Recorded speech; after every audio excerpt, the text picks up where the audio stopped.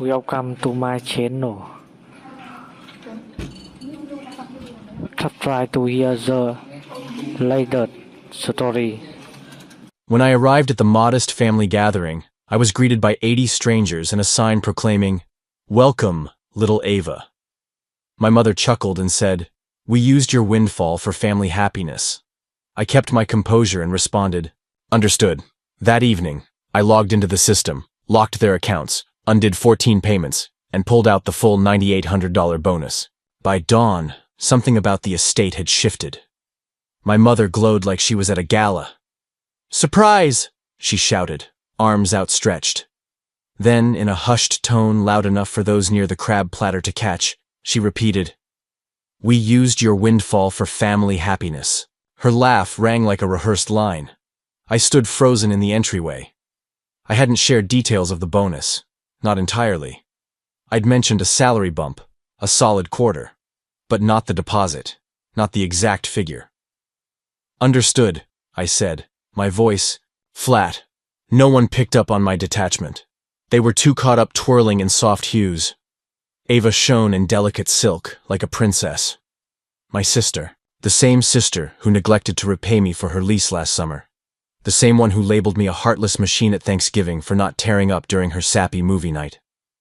After the last guest grabbed their favor bag and the balloon display wilted into something pitiful, I logged in. No shouting, no tears. I simply froze every shared account, reversed 14 payments, and quietly withdrew the entire $9,800 bonus from the family fund I'd foolishly agreed to co-manage last year. My name was on it too. Legally? Not stealing. Just a correction. I wasn't out to wound anyone. I just needed to safeguard what remained of my calm. Not through vengeance, but through truth. By morning, something about the estate had changed. Not just the heap of trash bags by the door, stacked like broken vows. No. There was a note on my old bedroom door. A sticky note in my mom's elegant script. "Please don't make a scene. We did it for Ava. She's family. She needs this." I left the note untouched, grabbed my laptop, perched on the guest bed, and opened the folder I'd sworn never to touch. It was labeled proof, because if they wanted to spark a battle over family happiness, they'd learn its true price. I didn't speak to them for 5 days after the intimate family event. 5 days of quiet. No messages, no calls, just me and the spreadsheet where I'd logged every cent I'd given them since 2021. Rent support, $6,300. Medical expenses, $2,480, Ava's urgent car fix, $1,900. Monthly groceries, $125, streaming subscriptions on my card. For their accounts. My mom's wine club still running. I was a walking bank with a login code. On the 6th day, my sister called. I ignored it. Then my mother left a voicemail. "Sweetheart, we know you're upset, but you're blowing this out of proportion. It was just a party. Ava's expecting. She needs us now. We thought you'd be thrilled." I replayed that message 5 times. Not once did she say sorry. Not once did she say thanks. I decided to pay them a visit.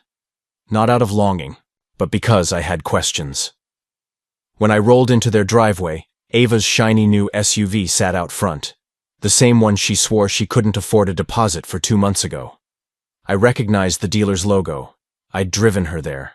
I'd co-signed. She'd said it was for work interviews. She wasn't interviewing. She was hosting influencer luncheons with delicate pastries and overpriced decor. I saw the posts. I saw the captions. I walked in unannounced. "Hey," Ava chirped, seated at the dining table, surrounded by packages from Tiny Sprouts. "Look who finally showed up." My father glanced up from the kitchen counter. "Don't be theatrical. Your sister's pregnant." "Right," I said. "So that justifies draining my bonus for a staged baby shower with 80 guests? He snorted. "It's called family loyalty. You should try it." I locked eyes with him. "I gave you $9,800, and you threw a circus with it." He snapped back. My mother cut in.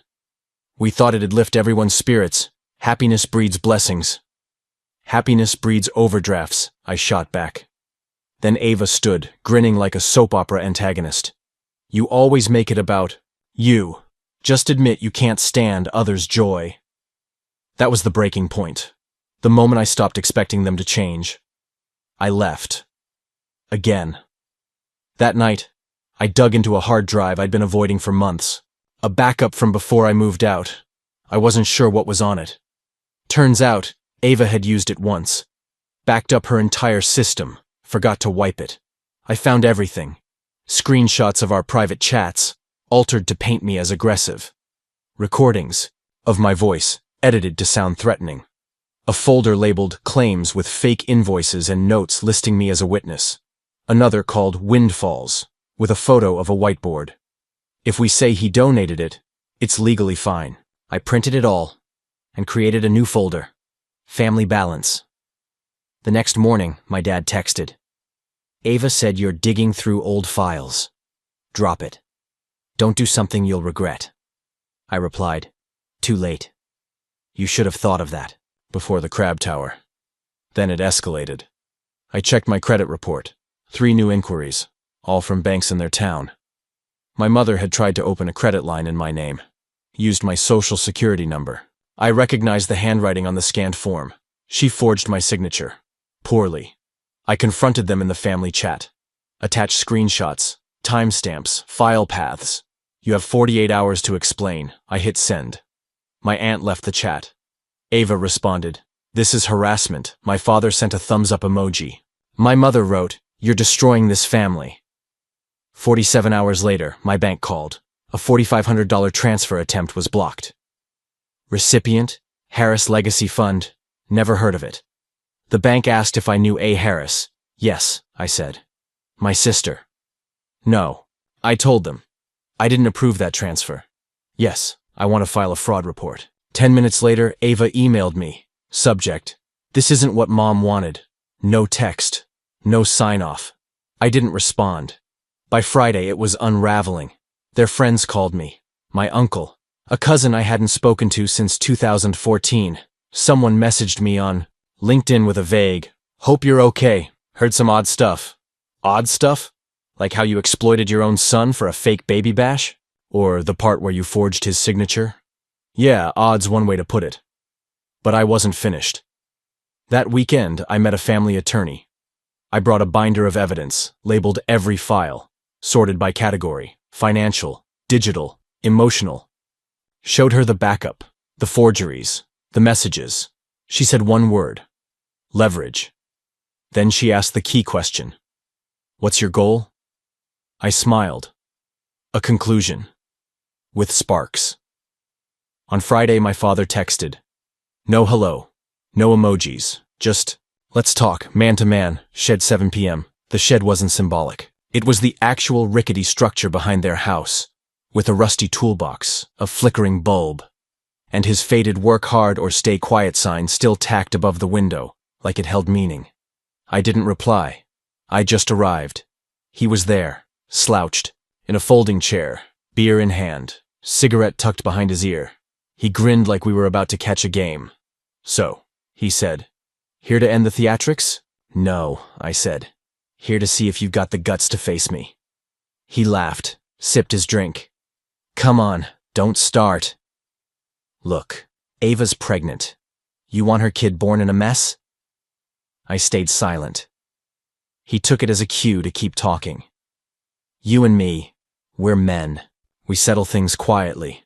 No screenshots, no banks, no lawyers. Just us. No need for chaos or outsiders. Then he got to the point. We fix this, you drop the fraud claim.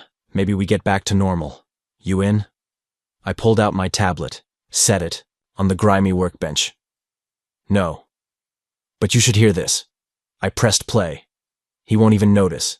He's soft. Predictable. Guilt him, and he'll hand it over. His voice. From a call with my mom. I'd cleaned it up. Cut the pauses. Left the venom. His eyes locked. That's not the whole story. Sure, I said. Here's more. I swiped to a scan of a loan application in my name. His handwriting, his forged signature. A browser log with the IP address. Session history. Timestamp. Then I opened another. An Instagram post from Ava.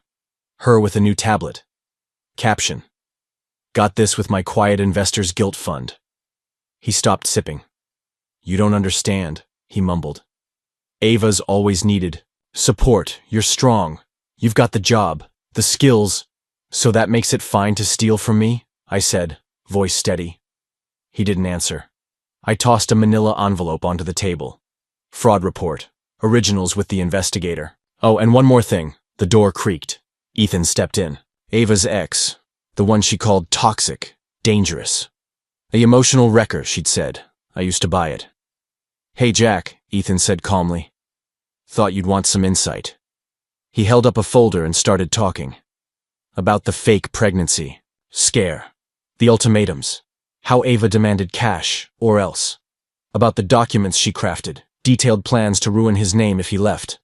She said your son was weak, he told my dad. Turns out he's the only one here with guts.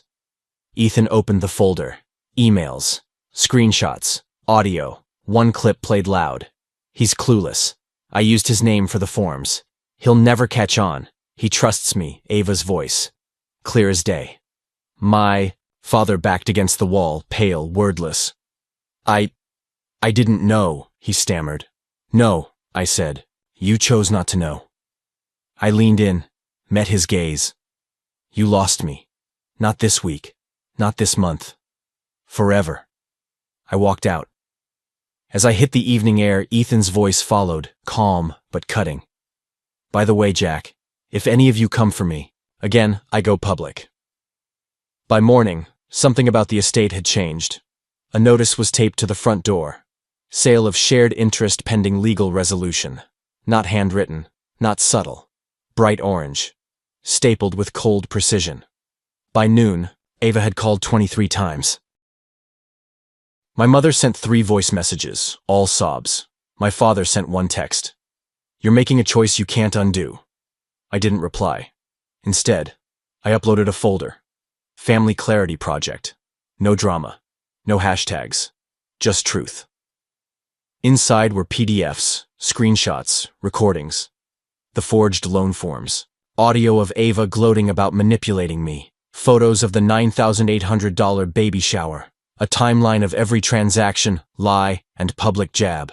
And, of course, a letter from the county confirming I'd sold my 50% stake in the house to a legal firm. They didn't know I still held partial ownership. They thought I was bluffing. They forgot who raised me. The fallout hit fast. A neighbor posted the orange notice on Facebook. Harris Place in hot water? Another commented, finally, someone called them out. That afternoon, a local news site emailed me. They'd seen the files, wanted a quote. I gave them 1 line. Sometimes you have to torch the past to claim your future. It became the headline. That night, my mother posted a 7-paragraph Facebook tirade.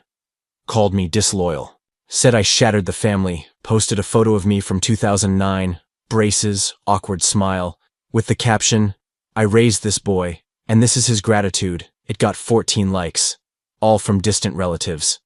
Aunt Clara commented, prayers, stay strong. I didn't respond, but I did log into LinkedIn and cut every family tie from my profile. I didn't want their names near mine. 3 days later, Ava posted a video. Pale face, perfect tears, dramatic violin in the background. Some people break you and call it justice. My brother, once my closest friend. I don't know him anymore. The comments were savage. One read, isn't this the girl who faked texts and forged loans? Another, she's why people doubt women's stories. Someone synced her leaked audio with her baby bump photos. The internet turned pain into memes, turned victims into culprits, and this time they were right. Ethan messaged me a week later. She texted me, says she's pregnant again, probably lying. I blocked her. He added, you did the right thing. Wish I had your strength. I didn't feel triumphant. I felt clear. There's a difference. My father stayed quiet longest, until a letter arrived at my apartment. No return address. Typed. You think you've won. You haven't. Men like you always return when the quiet gets heavy. You'll come back. They always do. He signed it. The man who shaped you. I laughed at that. He didn't shape me. He tried to break me. What shaped me was the silence. The pretending. The years of swallowing my words while they drained my accounts and called it love. He didn't shape me, he showed me what to avoid.